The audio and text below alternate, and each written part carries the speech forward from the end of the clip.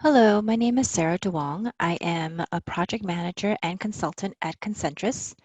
Today I want to show you a quick tip to compare period over period in reports. So the first thing to note is there are some native reports that are comparing financials. So let me take you there. Go to Reports, Financials, and you'll see a comparative income statement and a comparative balance sheet. So those are standard, and what I want to show you is how to customize in case the standard is not something that you need. So the first thing I did was I selected income statement. So I'll be working with the income statement. I'm going to go to Return to Customizations. And then I want to go to the Edit Columns tab. Okay, the first thing you want to do is you want to add the exact same field that you want to compare to. So I already have the amount field here, and I want to add the same amount field. Okay, and I'm going to label that field compare so I know the difference. Okay. And you'll notice that the alternate period range type will be available. There are two options here, relative to report date and relative to today's date.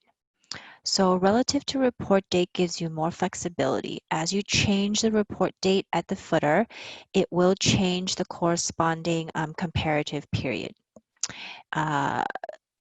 Conversely, with relative to today's date, that's more of a hard-coded, it'll always be that period no matter what you change in the date options in the report footer.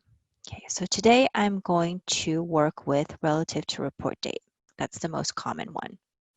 Once I selected that, a different field shows up, alternative period range. So here you're familiar, these are the time selectors that you can use. I'm going to look at two of them with you. The first one is last period, and probably the most straightforward one. So let's take a preview of that. And what it does is exactly what it says. It compares the current account period that you've selected down in the footer. So I've selected January 2019. And the period right before that is December 2018.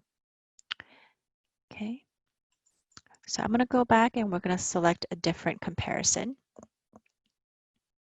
Let's go back to Edit Columns. I'm going to go back to my Compare Amount field, and in the alternative period range, I'm going to change it to last fiscal year.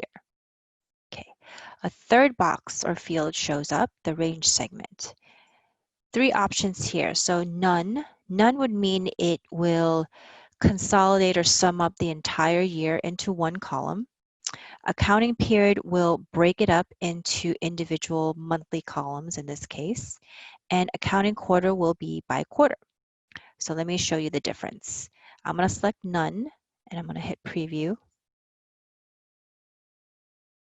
And as you see, the compare amount is the full year for 2018. Now when I go back to customizations and I change the range to accounting period and hit preview, it now breaks up the year into the comparative year into individual accounting periods, in this case months. So you can look at how January is doing with January of 2018 or compared with other months. So that concludes today's quick tip. If you need any help with reporting in NetSuite, feel free to reach out to Concentrus. Our consultants are ready to help, and thank you for watching.